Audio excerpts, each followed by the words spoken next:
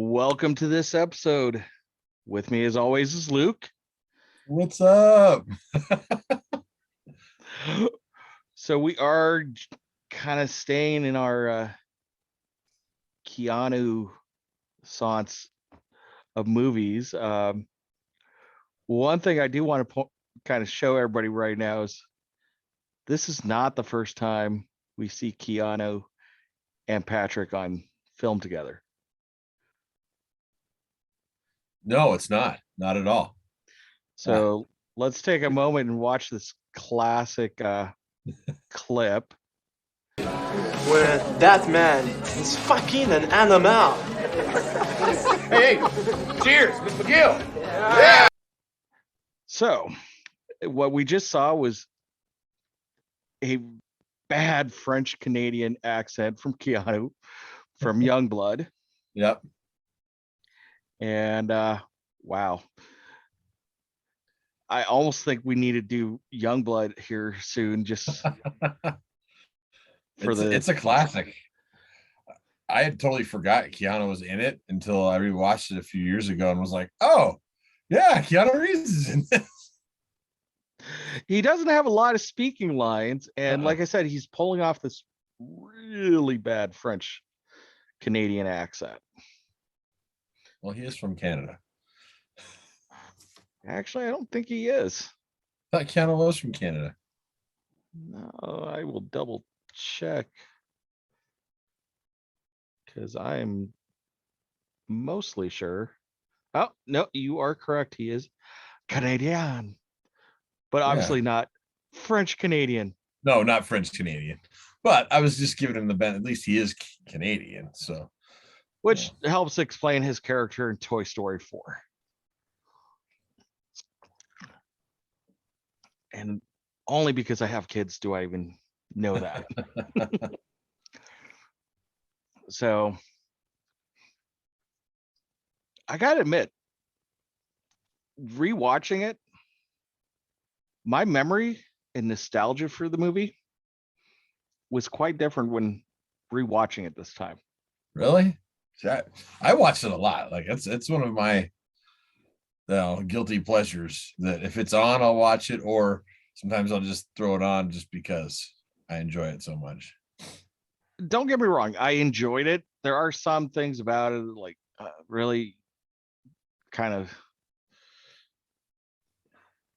it's just so cliche with what they're doing. But it is. That's part of the reason I like it so much. Well, at least we like this one. Yeah. You have strong feelings about the 2015 remake? Yeah. So originally I was going to go to the theater and like missed it and was like, oh, I was bummed. And then finally got to watch it and it is terrible. Like really, really bad. Like, I mean, it doesn't follow the same. I mean, it kind of does, but like there's Bodie and Utah and stuff, but that's about it. Otherwise, it's totally freaking this different, just crappy movie, Yeah. Based on your strong off-camera description of this movie, I just rewatched the trailer, and then I did rewatch, or I shouldn't say rewatch, but I watched the ending to the remake. Yeah. And my God, that was some of the worst CGI boat work I've ever seen. Yeah, rock climbing and just like it just looks. If the ending was that bad, I can only imagine how bad everything else was, because we've already had the perfect storm with Clooney out, and that was pretty good CGI. Yeah. For boat storm, and this one, it just felt like, yeah, they got a boat set with a green screen, they got the water cannon spraying. It did not feel real at all. Yeah, there's so many parts to it that just it actually, in my opinion, the CGI is so bad it made The Last Starfighter feel that much better. Right.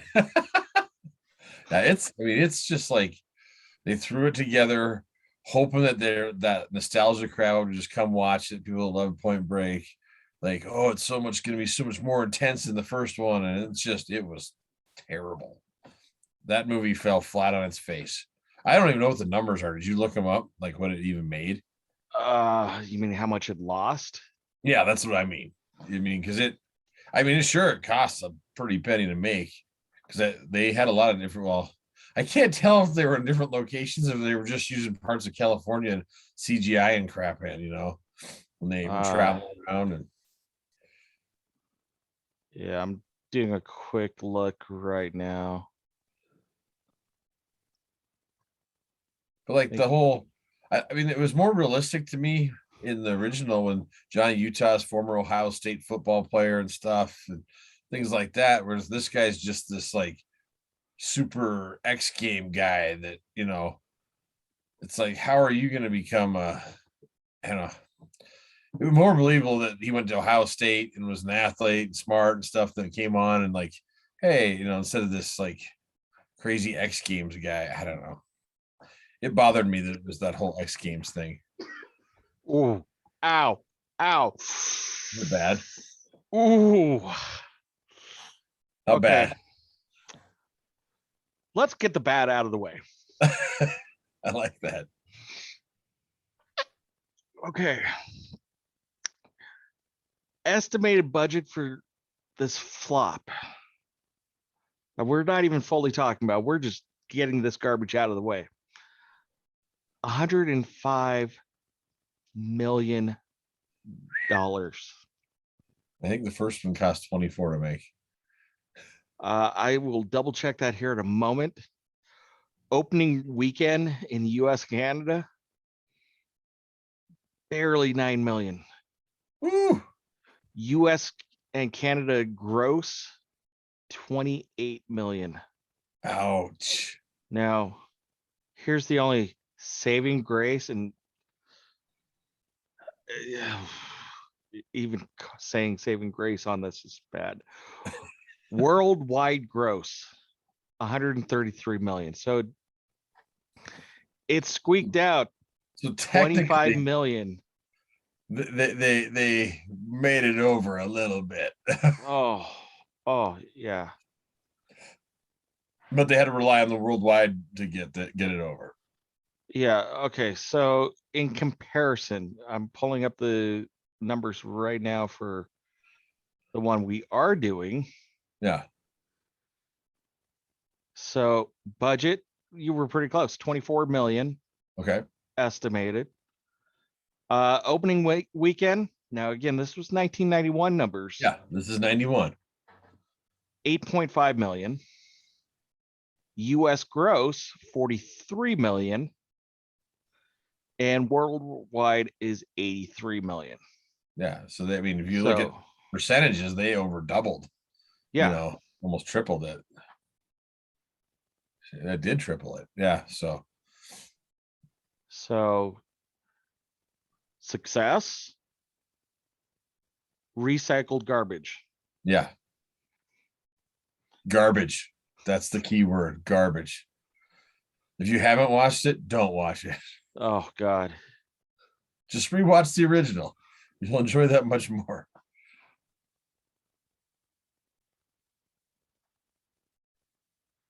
So what is going on? One thing I'm curious about, I guess, and I've never looked it up, is did like Keanu and Patrick Swayze actually learn how to surf? Did they surf? Actually, they totally did. Oh, cool. They actually got flown out to Hawaii and got taught by pros at the time. Sure. Also, I want to point out that Patrick Swayze was already an accomplished skydiver. Oh, wow. And he actually, all the skydiving scenes with his character, yeah, 100% real. Was him. Holy cow, that's cool. Yeah, he did over 55 jumps in total for the movie. Oh, geez. Now, do you know what the movie was originally going to be called? It had a couple of names. I didn't know. I didn't realize there was alternate titles. I'm really curious on this. So one of the alternate titles, kind of simple, Johnny Utah. Oh, okay. Yeah, pretty No, bad. back in the late 80s though, and like early 90s, a lot of movies, they just, the star of the show, that was the name of it, you know, Rambo, Indiana Jones, Johnny Utah, you know. So when Keanu was actually cast in the role, Yeah. it was going to be called Johnny Utah. But the studio felt the title was said very little about surfing, and by the time they got Patrick Swayze into the cast, they had a more famous name, Riders of the Storm, or Riders on the Storm, Riders on the Storm, which is the song from The Doors. Yeah. However, the lyrics don't really fit. right? So it was about halfway through filming that they finally went with Point Break Yeah, with its relation Surfing to reference. surfing. So yeah, absolutely. now, I think that was much smarter. The second title is way better than just Johnny Utah, but the final title of doing just the Point Break is simple. You know, it does a good job, I think. so for many of the surfing scenes, Patrick refused to use a stunt double, mostly because he never had any fight scenes or car chases so it was just surfing. Just surfing. And if he already knows how to skydive, I mean, that's how they got those cool shots of him flipping out of the plane like that and stuff. You know, he's like, adios, amigos, and just falls out backwards. And then you're like, oh, that sure looks real. Well, I guess it was real.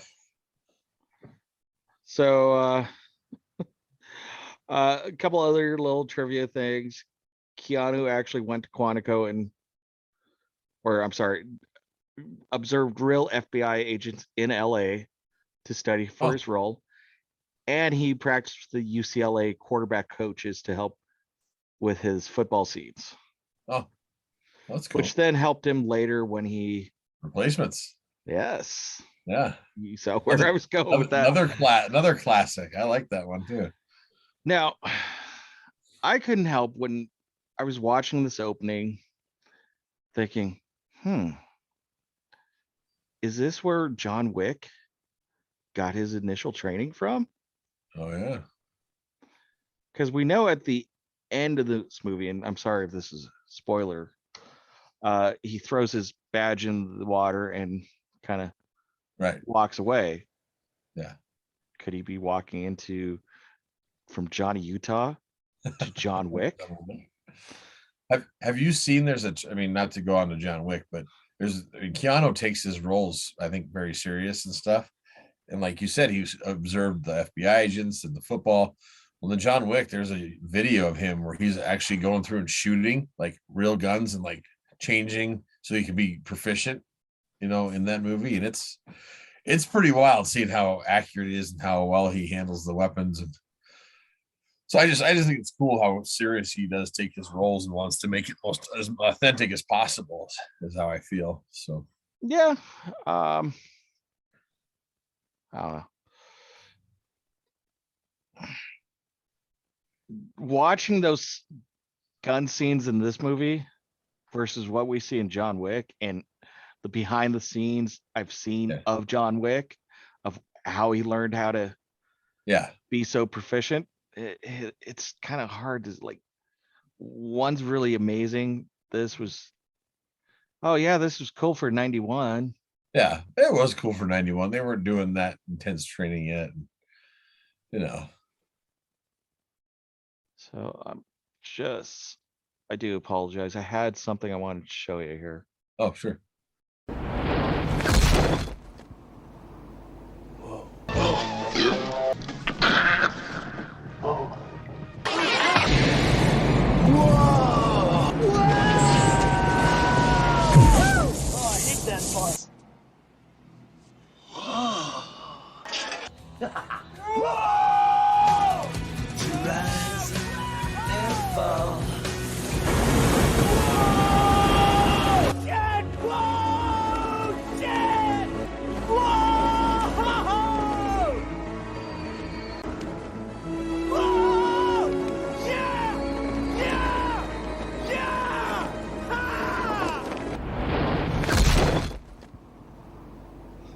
That's good stuff.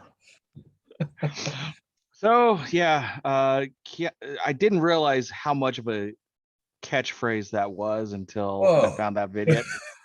Whoa, whoa. Whoa. So I didn't either. You know, you think about it though, he does say that a lot throughout the years. So, let's see other.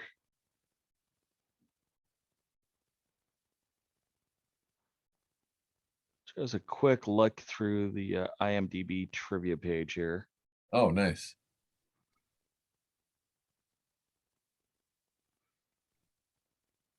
So technically, this was Keanu's first action movie. Oh, really? Yeah, because at this point, in his career, mostly composed of teenage movies or art house films. Right. You know, I think his most commercial successful movie at this point would be the Bill and Ted's. Right. And I'm fairly sure at this point it was just the 88 Bill and Ted's. Yeah. Excellent. It I don't wasn't think even Bogus Journey had come out yet. I think it was just Excellent Adventure. because as I recall, Speed was what, 95? Yeah, 94, 95 for Speed. So now, If I remember right. Somewhere it was early 90s, but it was after this. now speaking of after, this movie was one of the first movies after Gary Busey's legendary motorcycle accident. Oh, this was after. After. Oh, So he still seemed normal-ish, but he wasn't quite like he was as Joshua in Lethal Weapon. Right. Yeah. And speaking of Lethal Weapon, a background character actor from Lethal Weapon's son happens to be in this film. Really? Yes. And he just happens to be in a band. Do you know who I'm speaking of? Isn't it the Red Hot Chili Peppers? Yes. So in here he plays Tone. Yeah, Tone. Yeah. Audiences probably know him better as Flea, but he was actually credited using the same screen last name as his father. And unfortunately, the page I'm looking at does not have him listed here. And because I don't want to, yeah, it's a fake name, and we're just going to leave it that because I'm pretty sure there's no good way of pronouncing it without it actually sounding worse than it actually is. So we'll just leave it alone then. Yeah, we'll leave that one alone. So, as we saw in our little clip there, we have a few woes in this movie from Keanu. Right. Yeah. So, did you catch who directs this film? Oh my gosh. I'm blanking. No, I don't think I paid attention to that. Yeah, it was a little bit of a surprise to me when I watched it and caught it this time. It's Catherine Bigelow. I don't know who that is. Hurt Locker. Oh, really? 13 hours. Huh. Yeah. Interesting. So, kind of a surprise. And at the time, and I have to stretch that a little bit, her husband helped fix the script a little bit on this movie. Do you know who she was married to at this time? I have no clue. Oh, yeah. Steven Spielberg. Nice. I like where you're going. Pretty similar club. Martin Scorsese. No, you're going the wrong direction now. Oh, Michael Bay. Michael Bay hasn't even entered the scene at this time. Ridley Scott. You're just guessing at this point. I have no idea. I'm just throwing darts, man. Okay, so at this time, her husband is currently filming probably the most successful sequel of his career. Robert Zemeckis? No, successful sequel. Hang on. Yeah. Richard Donner? 1992's biggest sequel hit. You're going to just whack yourself when I tell you. I'm blanking. I don't know. James Cameron. Oh, geez. Terminator 2. Yes. Gosh. Yeah. James Cameron. Oh, that surprises me. Yeah. Because I'm always, when I hear James Cameron, I always just think of Linda Hamilton. Weren't they married? See, that's what I was thinking too myself, but it was post Terminator 2 when they got married. Yeah. So sometime in between Point Break and Judgment Day, their Judgment Day came up. Well, the reason I thought Spielberg also was because I know he gets divorced and remarries Kate Capshaw, and I didn't know when that was, and I don't know who his previous wife was. So I was like, oh, maybe. No, it was a good guess on that one. Now, just for fun, how many times was the F word thrown out in this movie? Ooh. 37. Higher. Like a lot higher or a little higher? Significantly. 110. Not quite. Okay, 95. 105. Oh, geez. Yeah, it's almost as bad as when South Park had its special episode. And if you don't know what I'm referring to, you're either too old or too young. Shut your. That's all I can the say. other word, Yeah. not the movie. So surprisingly, there was a bonus scene that was filmed with Elizabeth Berkley. Now this is 1991, so it's right at the beginning of the Saved by the Bell second season. Yeah. But that scene was cut out, so I don't really have much to say, but can you guess who was originally offered the role of Johnny Utah? Let me think here. 91. Kurt Russell. Remember, we're looking for somebody fresh out of college. Oh yeah. Okay. So keep that in your mind. Well, that's Kiefer Sutherland, maybe, or Emilio Estevez. Wrong. Because I'm thinking, Estevez. oh, Charlie Sheen. Charlie Sheen was one who auditioned, but the original role was offered to Bueller. Matthew Broderick? Yes. That so imagine. He's too little and stuff. Like I don't think that'd have worked. I mean, he was real famous from the whole Ferris Bueller's Day Off thing, but And again, like I said, this is Keanu's first action film, so it's not really that much of a stretch to think this is going to be Matthew's first time trying to do an action film. But yeah, I just don't see his like timing and stuff working. You know how just the way his personality is and the way he acts working for this. So I'm glad that they didn't. Well, as I said, Charlie was offered, which would have been again the second time Charlie and Patrick would have actually been on film together. Outsiders being the other one, right? No, but we just talked about last time, Red Dawn. Red Dawn, yeah. Sorry. Yeah, Red Dawn. I always think Charlie Sheen's in The Outsiders. I always add him in for some dang reason. It's Emilio that's in that one. It's Emilio. But no, I can see Charlie Sheen being able to be Johnny Utah over Matthew Broderick. Still, I'm glad they chose Keanu. Absolutely. Now, the other two people who auditioned, their names have been in the news lately. Just as a hint. Johnny Depp. Yes. I don't know the other one. Val Kilmer. Val Kilmer. Oh, okay, that would make sense too. I could see Val playing it. Yeah. He would play it differently, but I mean, he's got, he's a big enough guy, and just he could have pulled it off, I think. yeah, I think he could have pulled it off too. So what I found surprising is they actually offered the role to William Dafoe.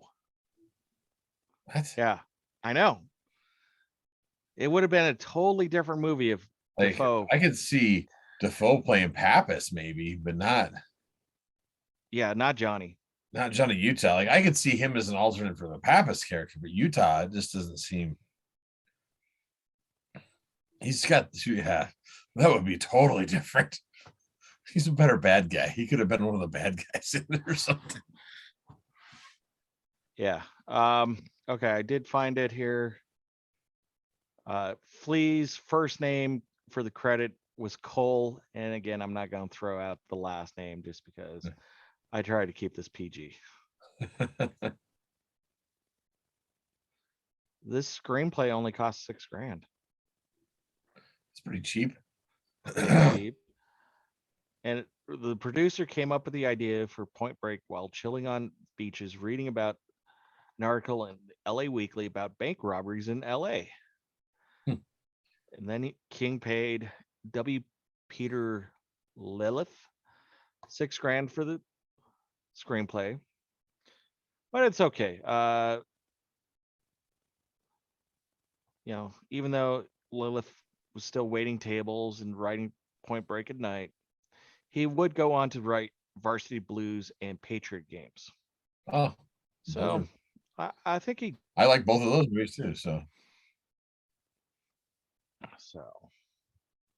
I like the fact that they did with the bank robbers that they do the ex-presidents, the masks and stuff.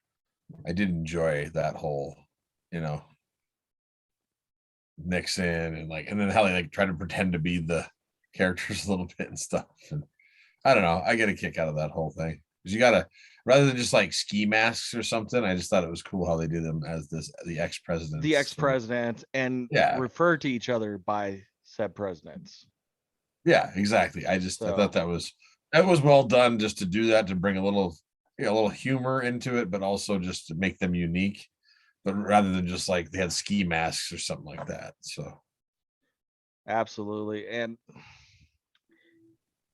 even for being a 90s buddy cop kind of action film, it had a good story. Yeah. Some parts were a little weak. Some were overly complicated. Yeah.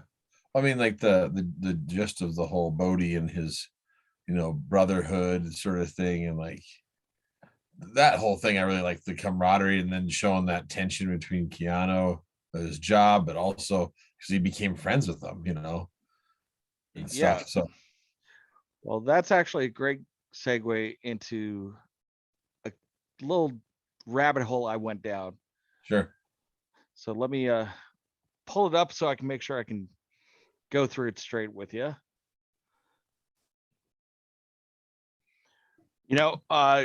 Luke, before I go over this flow chart with you, I realize I'm mispronouncing it. It's not actually Flea. It's the lead singer, Anthony Kiedis. I believe that's his name. Yeah, he. I was thinking because he's got the shaved side of his head, and then I was thinking Flea too, from Back to the Future. Yeah. Thank you. The Red Hot Chili Peppers are all over movies from the 80s and 90s. All right, so this actually, when I was just kind of looking for some fun things to talk about, I found this flow chart. Now I'm going to change one small piece of it because I think it's incorrect. Okay. But I'm going to ask you a couple simple questions. All right. If you say yes, we'll move on to the next item on the flow chart. Is our hero a puckish young law enforcement agent? Yes. Does he deduce that extreme sportsmen are responsible for a rash of crimes? Yes. Does he track them down by going undercover to take part in the sports? Yes. Does he initially target the wrong set of criminals? Yes. Does he fall in love with a waitress in the villain's circle? Yeah, she was a waitress at the beginning. Yes. Does he bond with the main criminal over shrimp in a beach restaurant?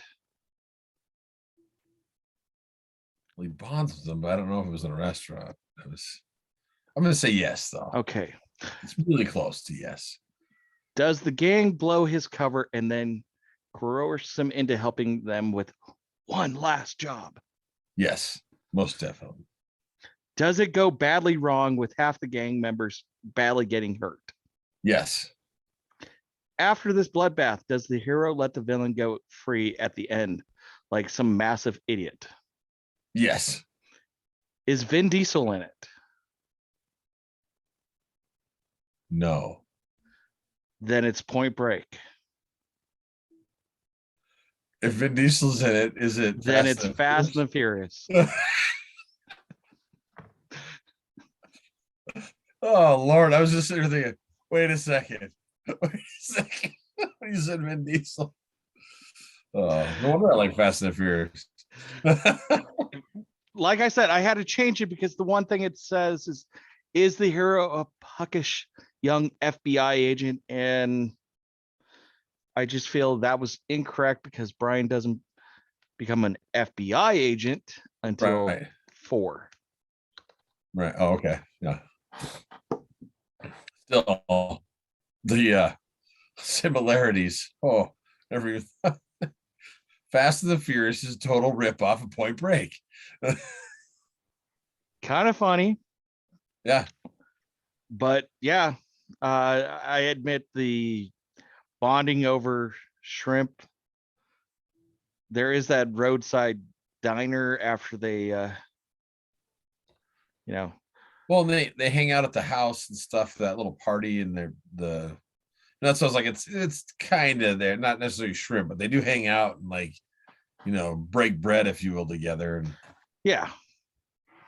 So give your credit to it's Andy Ryan for that flow chart. that's As pretty I cool. said, it's just that first box is a little misleading, but that was from August 13th, 2018. So It's good stuff. Overall, like I said, I really do enjoy the film. My wife, like so many of the movies that we talk about, did not like it. Okay, so here's one where my wife's a big fan of this one, but she watched the second one with me and left. She didn't finish it. She's like, I'm done with this garbage. So, it's okay. I'm gonna just keep going till the end. And it was awful. Yeah. But like, part of the reason I like Point Break too is there's a lot of times it just pops up on TV and I can jump in at any part and watch the rest of it. I don't have to watch it from start to finish. It's an easy movie just to jump in or even jump out before the end. There's lots of cool scenes with the surfing and the I fully agree. There's just sometimes like that whole part where they go skydiving and they have the great bonding, and then they're like, you gotta watch the videotape. That was like, I don't know. Yeah. Could have been done better, in my opinion. Yeah, I suppose they needed the transition could have been like they could have waited a couple days or something instead of just going right into that. Or it disrupted the pace of the movie. So, but it did give us that great skydiving sequence, which is absolutely amazing, especially for 91. Super. And even more amazing now that I know that Swayze was doing all that stuff himself. Yeah.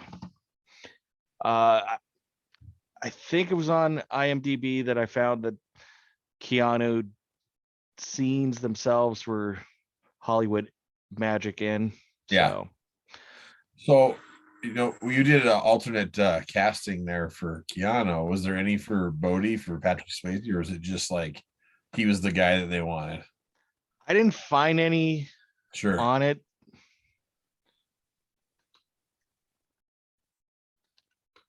Because I mean, Swayze was getting to be pretty big right at this time, and I mean, and you got a guy who's, you know, an athlete that can do this kind of. Because that's the other thing, when you're casting that role, you got to make sure you're getting someone that's believable, and for him, he could actually do this stuff.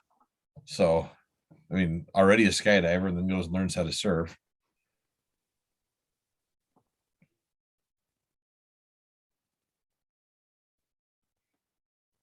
Oh. Okay, I just found a cool new website that I may start playing with. mycast.io. Huh. Where you can actually put in a movie and then it'll allow fan casting roles for alternate casting, and top suggestions for it were Val or Johnny. Oh, Johnny Depp or Val Kilmer. Yeah. Yeah, well, and Johnny Depp was so big back then with 21 Jump Street going on and stuff. And he kind of had that whole surfer, you know, swagger already kind of from that show. Just that kind of being young. And then Val, I mean, Val, I could actually see more in that than Johnny Utah, but more in that Bodhi role. So Patrick actually originally auditioned for Utah, but eventually landed Bodhi. Interesting.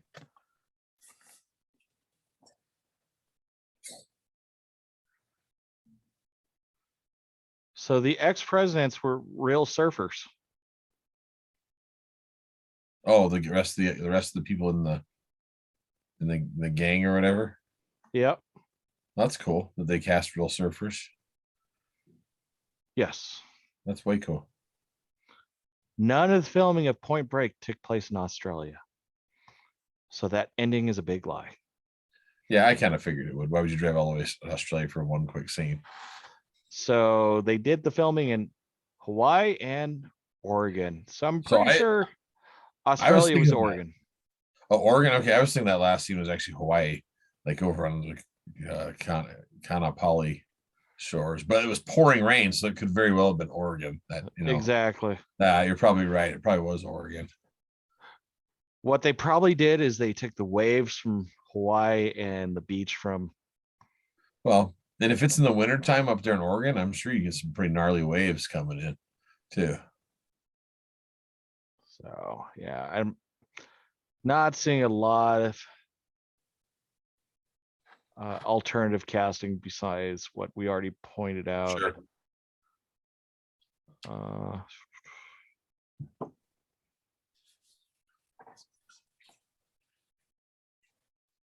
Let's face it, the first one was the better of the two, and that's not even close. Yeah, I know. So it's definitely worth going back and watching it if you haven't seen it before. Or if you haven't seen it in a long time. Like, if you haven't seen it in a long time, definitely rewatch it and see if your nostalgia for it holds up. Like I said, for me,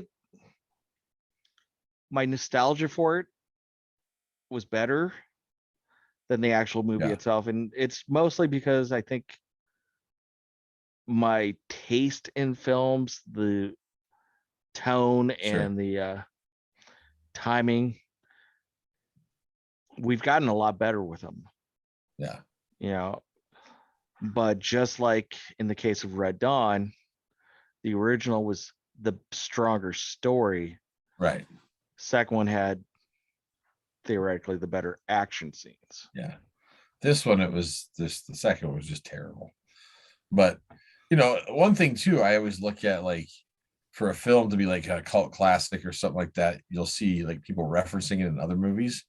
And it just popped in my head when I said, you know, Johnny Depp doing 21 Jump Street. Well, when they did the remakes of 21 Jump Street, they talk about the scene in Point Break when he's like looking at Patrick and he points the gun there and fires it off, and they remake that scene in 21 Jump Street with Channing Tatum and I'll take that and I'll go one more. Sure. Hot Fuzz. Oh, what did they do in Hot Fuzz? Because I can't remember now. I've been a Nick while. since I Frost's watched character towards the end, as he couldn't catch the guy, it. Yeah, he starts doing the doing the same thing with Point Break. Yeah, yes, and they So- reference Point Break in the movie too. yeah. Well, that's what like in that 21 Jump Street they reference it too. So, but I anytime you can reference, you see other movies referencing it, you know, it's like a Well, cult it's an classic extra that special people- nod since Johnny actually auditioned for Johnny Utah. Yeah, So it'll be interesting to see after this court case if we start seeing Johnny again in movies or not. yeah. You see a lot of different stuff out there right now. Like he's back, he won't be back. And so who knows? Who It's hard to knows? believe anything you see because it was, you know, well, you know how it is. So, Yeah. I'm not going to side one way or the other. But there are some I'm not even really paying amazing attention to gifts it. and memes Yeah. coming out. That's of this all I've court been case. seeing is like the gifts and the memes and going, oh, that's funny. So All right. Well, I think we've covered enough of Point Break here. Go back, watch it again. If you've never seen it, it's worth a good watch. Don't Absolutely. waste the time with the sequel. And we'll be back next month with something new. Absolutely. All right. Till next time.